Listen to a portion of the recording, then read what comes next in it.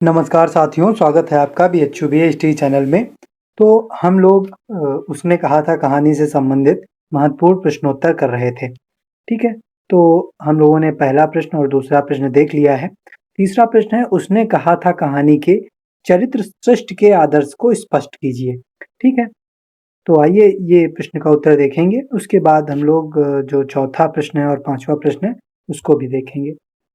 तो आइए सबसे पहले प्रश्न क्या कह रहा है, उसकी क्या माँग है, उसको समझते हैं। जब आप प्रश्न की माँग एक बार समझ लेंगे तो फिर आपको उत्तर लिखने में कोई परेशानी नहीं होगी।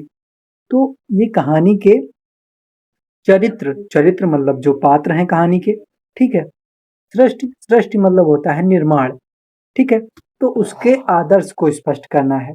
तो कहानी के चरित्रों का कि निर्माण में क्या आदर्श है, ठीक है? जैसे लहना सिंह का है, ठीक है? तो लहना सिंह का एक आदर्श स्वरूप इस कहानी में प्रस्तुत किया गया है, ठीक है? तो वही हमें बताना है कि इस कहानी में जो उसने कहा था कहानी है, ठीक है? उसके चरित्र निर्माण का आदर्श क्या है, ठीक है?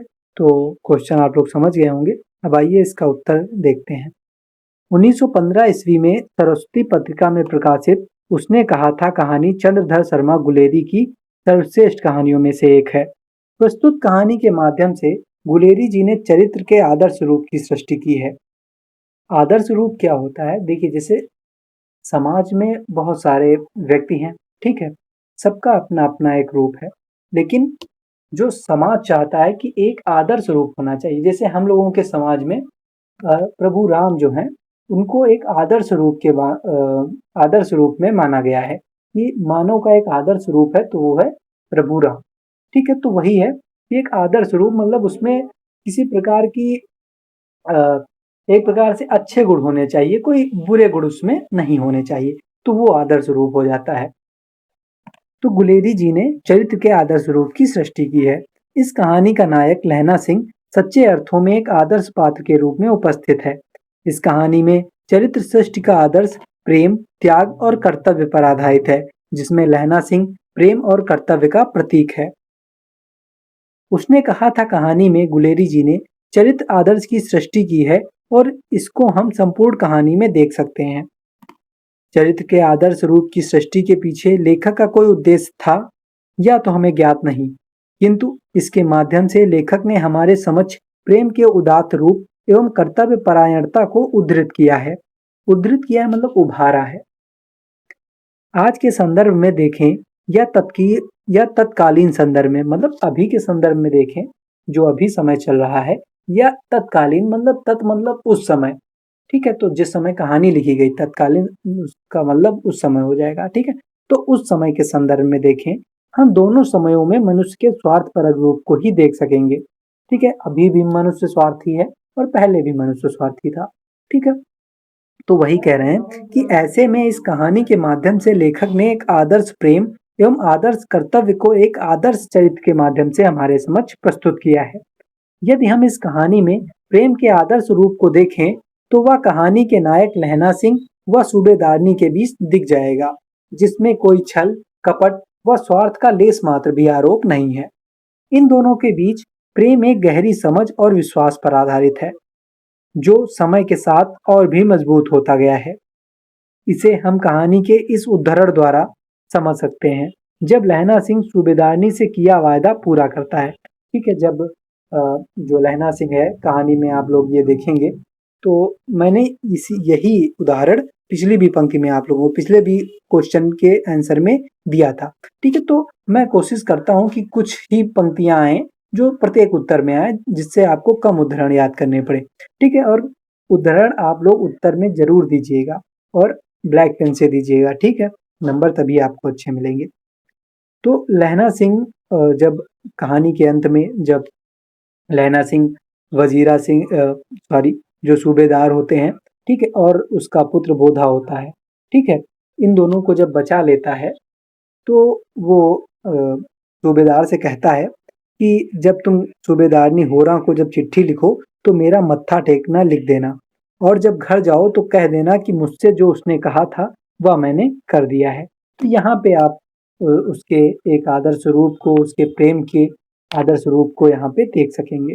यदि नायक चाहता तो वह स्वयं अपनी प्राणों की रक्षा कर सकता था, किंतु उसने अपने प्रेम एवं कर्तव्य को सर्वोपरि रखा और इस प्रकार गुलेरी जी ने लहना सिंह के आदर्श चरित्र की सृष्टि की। कहानी में एक और जगह एक सिपाही के कर्तव्य का भी वह निर्वाह करता है, जिसमें गुलेरी जी ने उसके आदर्श स्वरूप को एक सच्चे ईमानदार सैनिक के रूप में प्रस्तुत किया है। इस संदर्भ में कहानी का वह प्रसंग देखने योग्य है जहाँ पर वह बहुरूपिया होगा, यहाँ पे बहरूपिया जो होता है, ठीक है। तो जहाँ पे वह बहरूपी लप्टन साहब को अपने प्रखर बुद्धि के जरिए बंदी बना लेता है, ठीक है। जो जर्मन सैनिक एक लप्टन साहब के भेष में आता है, ठीक है। तो वह वहाँ पे अपनी प्रखर बुद्धि के जरिए अपनी चालाकी के द्वारा वो वहाँ पे उससे सब चीज सत्य निकलवा लेता है और वह जान जाता है कि ये लप्टन साहब उसके जो सच्चे लप्टन साहब हैं वो नहीं है, जबकि बल्कि यह एक बहरूपिया है, ठीक है। तो वहाँ पे वो दिखाता है कि किस प्रकार से जो लहना सिंह होता है वह किस प्रकार से एक सैनिक को भेजता है, वजीरा सिंह को शायद भेजता है, ठीक है। फिर वजीरा सिंह सारे सैनिकों को बुला लाता है और इससे सभी जितने भी सैनिक हैं वो जर्मन के चालबाजी नीति से बच जाते हैं और सभी जर्मनों को मार गिराते हैं। कहानी में लहना सिंह के आदर्श रूप को आप वहां भी देखेंगे जहां वह सूबेदारनी के बेटे बोधा की देखभाल करता है।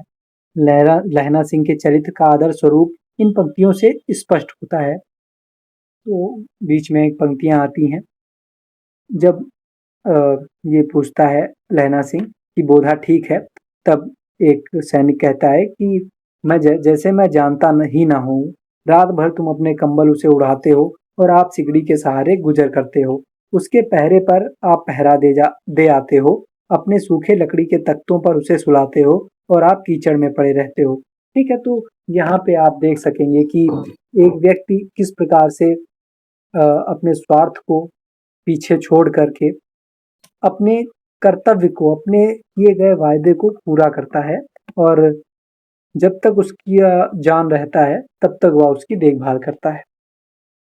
अतः संक्षेप में कह सकते हैं कि गुलेरी जी ने इस कहानी में लहना सिंह व अन्य चरित्रों के आदर्श रूप की सृष्टि की है।